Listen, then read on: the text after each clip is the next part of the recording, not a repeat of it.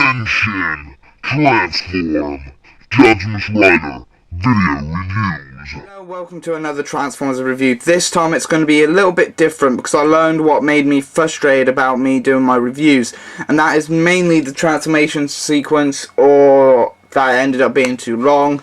So I decided to do the easy option and try a new way, and that's doing off-camera transformations and just focus on the vehicle mode and robot mode of the character. As you can see here, we're doing it on the character from the animated line, StarScream. StarScream in the animated line is very, very like his G1 self, very much like him, and reminds me of G1 StarScream a hell of a lot. I'm a 90s kid, but I'm more like an 80s kid. I grew up with watching lots of 80s shows, apart with a few 90s shows during my era, or during the 90s, and I actually love this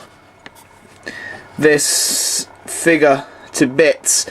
It's one of my favorite molds of animated, and I've been dying to get it since the first reviews I've seen of him online.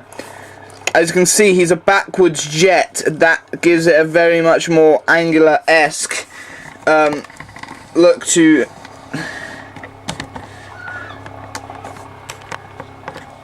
him. A backwards jet. You've got the nice details of the red colouring here. You've got the nice futuristic, like, animated style jet with some more of that same red around here. The whole blue system on it is very nice. A bit disappointing that it mainly looks like a thundercracker, but while Starscream was ending up being blue anyway in the series, so yeah, and Thundercracker is a darker blue than this, so I let it off. You got the nice details in the black in here where the black is. You got the nice backwards tail fins with the nice red detail. And the nice gold Autobot logos, Decepticon logos there, and the nice black cockpit, and the nose cone, and the nice translucent cockpit. That's very, very nice to a G1 type, to an animated type character, and it's very, very nicely like futuristic intailed there. So I'm going to take it. So basically, let's return back for the robot mode. And here we have him in his robot mode. Very gorgeous looking figure, very, very nicely done, very, very animated like, and I do enjoy it as well. This is one of my all-time favourite molds. I wouldn't mind getting the other Seeker molds of this guy, like Sunstorm, Skywarp, because this is one of my favourite all-time figures, and I don't even mind it at all. The general look of this figure is very, very nice. The only thing that I don't like is, what are these?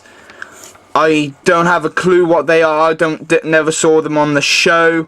They're just like access kibble from the jet mode. This figure does include some automorph when you transform it or start to fold and start to assemble it together. It's like a quick like activators. I think Activator Starscream has the same sort of gimmick. They included that into him as well, what allows it to be very more nice. You can got some more of the details here with the nice black, with the nice head sculpt of the actual Starscream, and you can tell the nice light piping thanks to my lamp up there. You can see the very nice light piping here that shows his maniacal smirk, and it's very generally, I got him dark, so if I turn that light off, that doesn't help it much, but does allow it to show off a bit more detail. Articulation though, he's got arm rotations here, not a full 360, would be able to, but due to the wings here, he hasn't got full arm rotation. He's got a up in and out swivel by the shoulder, and then a swivel at the elbow that can also bend as well. That's very nice. And then you got these individual fingers that are very nicely as well fitted.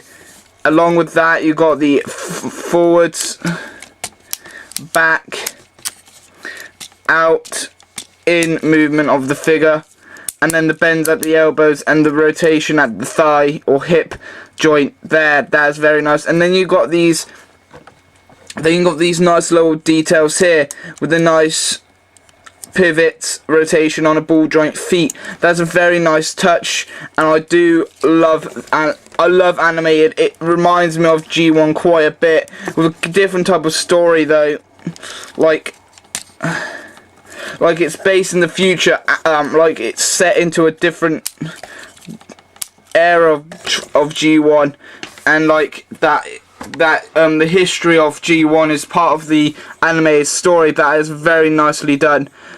He does come with two translucent missiles. That is very nicely. My ones have got some bubbles in them, but it has got some nice little details in here. That is very nice, and it's very good. His rocket launchers are his null rays on his arms here. You just want to plug them in like so, and you got him ready to fire. He has got this other little gimmick that he has these laser things that come out of his arms that I find is another genuinely nice touch, and very, very nicely done, added to the figure. And you can see it gives him more like a weaponry look. He uses his missiles, and then for backups he's got his little laser cannon, energon lasers that help him, or Norrays as I'm going to call them here. They look like, this is his main Norray cannon. Then you got these little things that help him and makes it a bit more like a Norray would have looked, what a Norray should look.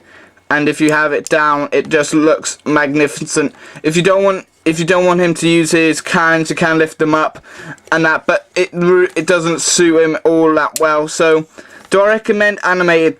Yeah, I do. If you can pick him up, if any of your local stores got any animated figures still